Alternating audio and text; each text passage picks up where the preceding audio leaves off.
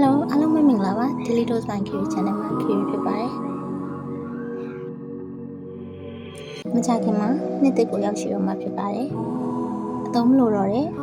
ဟောင်းနှွမ်းနေတဲ့ပစ္စည်းတွေအသုံးဆောင်တွေကိုနှစ်ဟောင်းမှာပဲထားခဲ့ရအောင်လို့ဒီနေ့ဒီဗီဒီယိုလေးကိုပြင်ဆင်ထားပါတယ်။ဒါဆိုရင် Q နဲ့တူတူအခန်းစားရှင်းလိုက်ကြရအောင်နော်။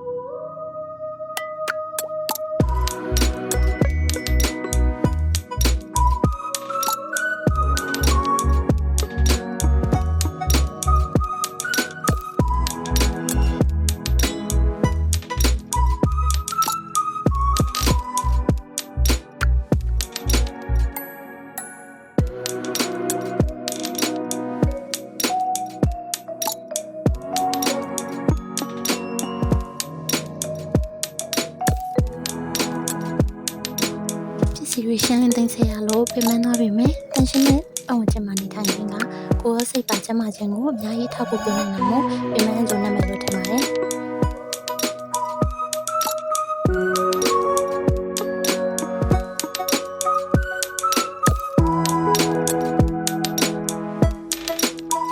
ဗီဒီယိုလေးကိုအဆုံးထိကြည့်ရှုပေးကြလို့ကျေးဇူးတင်ပါတယ်ရှင်နောက်ဗီဒီယိုမှာပြန်တွေ့ကြပါမယ် See you